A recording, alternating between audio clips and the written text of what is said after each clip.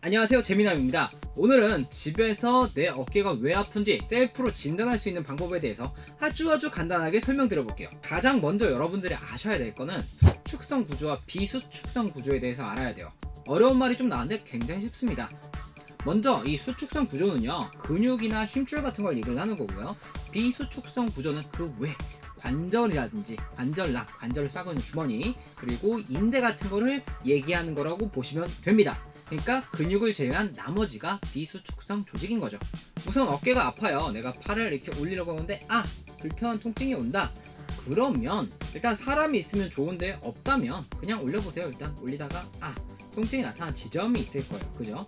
지점이 있으면 이제 탁자 같은 데다 이렇게 손을 올려두세요. 그리고 몸을 이런 식으로 옆으로 밀어줍니다. 이때 내가 아까 같이 이렇게 갔는데 여기서 통증이 온다. 예를 들어서 90도에서 통증이 있던 사람이었죠. 90도에서 통증이 있던 사람인데 이렇게 했는데 통증이 똑같이 재현이 된다. 그러면 내가 힘을 지금은 안 주고 있잖아요. 그럼 비수축성 구조의 문제일 수가 있겠네? 라고 생각을 할 수가 있죠. 물론 확실한 건 아니죠. 그래서 확실하게 보려면 아까 그 탁자에다가 손을 이렇게 올려놓으세요. 올려두고 이렇게 옆으로 올려놓은 힘을 딱 줘봅니다. 이때 너무 많이 힘을 주게 되면 근육이 힘을 딱 주면서 관절을 압박해서 확실하게 평가가 안 될 수가 있으니까 힘을 적당히 주셔야 돼요. 너무 강하게 주지 말고 딱 줬을 때 통증이 오면 수축성 조직인가? 라고 생각을 하는 거고, 이때는 별로 큰 통증이 없다. 근데 내가 이렇게 올리거나 손을 이렇게 올려놓고 옆으로 이렇게 뺄 때 통증이 있다 하시면 비수축성 조직이니까, 비수축성 조직에 문제가 있을 때 웬만하면 바로 병원에 가시는 걸 저는 더 추천을 드립니다. 왜냐면 물론 비수축성 구조물을 집에서도 어느 정도 케어를 할 수는 있어요. 관절이 안 좋으면 이렇게 눌러보는 방식이 있을 수도 있고요, 아니면 이렇게 옆으로 밀어보는 방식이 있을 수도 있는데 너무 어렵습니다. 일단 병원 가서 진단을 먼저 받아보시는 게 좋기 때문에 이렇게 했는데 불편하시면 병원에 가시는 걸 추천을 드리고요.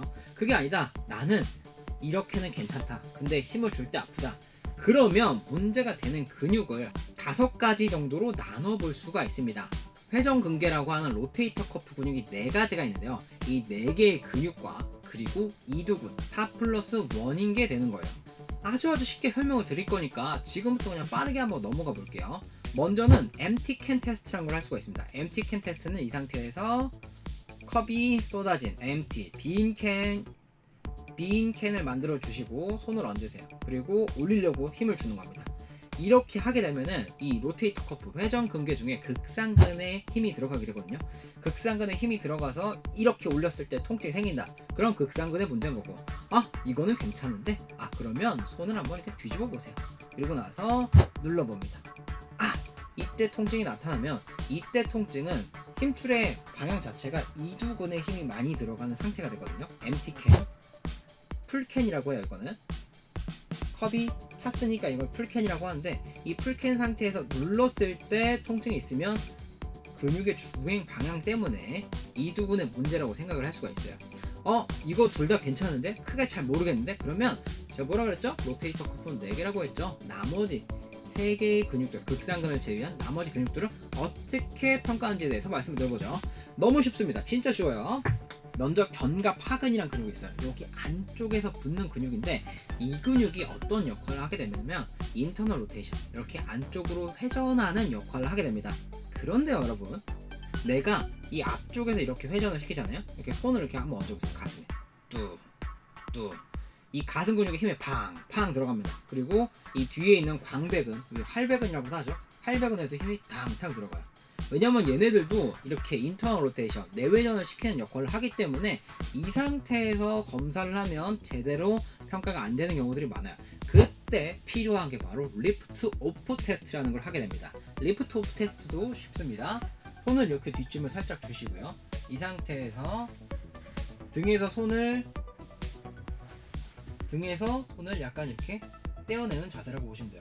이 상태에서 30초 이상 버틸 수 있으면 견갑하근에 문제는 없다고 보시면 되는 겁니다. 근데 이때 바로 통증이 생기거나 아니면 아예 못 되겠어요 이러시는 분들 있죠. 이런 분들은 견갑하근에 문제가 있다, 염증이 생겼거나 아니면 근력이 굉장히 많이 떨어졌다. 그럼 신경이 눌렸을 수도 있겠죠. 근력이 많이 떨어졌다면.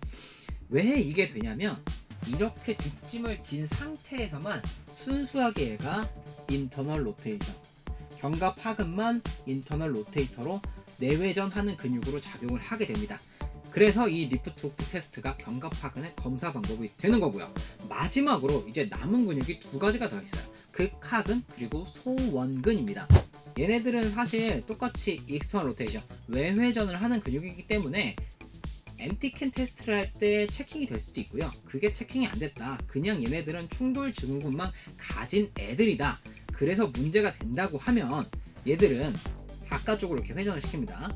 바깥쪽으로 회전을 시킨 상태에서 팔을 이렇게 붙여요. 그리고 뒤로 이렇게, 자 바깥쪽 회전, 그리고 팔을 딱 붙이고 뒤로 이렇게 쭉 가봅니다. 그렇게 되면 이 사이에 있는 공간이 좀 많이 찝히게 되거든요. 그래서 얘네들의 문제가 있으면 돌리고 붙이고 뒤로 딱 했을 때 통증이 나타나게 돼요. 간단하죠? 자, 이렇게 힘줘서 아프면 이두근, 이렇게 해서 힘줘서 아프면 극상근, 이렇게 해서 못 올리면은 견갑하근, 돌려서 붙여서 뒤로 갔는데 아프면 극하근이나 소원근. 간단합니다. 근육 테스트는 이렇게 간단했고, 비수축성 구조물에 문제가 있으면 병원에 바로 가시라고 말씀드렸어요. 그러면 난 50견인데, 나 아무리 봐도 50견인 것 같아.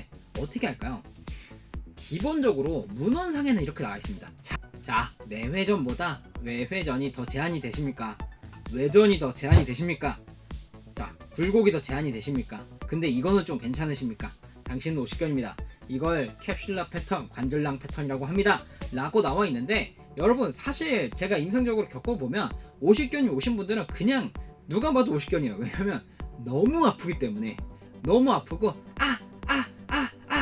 너무 아프기 때문에 여러분 50견이면 생각할 거 없습니다. 바로 병원 가셔야 돼요.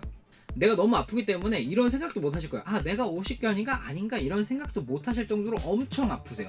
근데 그런 게 아닌데 50견 증상이 좀 낫다, 그럼 사실은 50견이 아닐 확률이 조금 높습니다. 그러니까요 여러분, 바로 그냥 50견, 동결견이라고 생각을 하지 마시고요. 일단 제가 말씀드렸던 테스트를 먼저 해보시고 그 다음에 병원 방문하시는 거 조금 더 추천을 드려볼게요. 왜냐면 그렇게 하면 병원에서 의사 선생님들이 이분이 뭘 하시고 계시는구나, 또 물리치료사 선생님이 이래서 이런 치료를 하시는구나 라는 이해를 하실 수가 있으실 거예요. 자, 여러분들한테 도움이 되려고 노력을 많이 해봤는데 도움이 되셨는지 모르겠어요.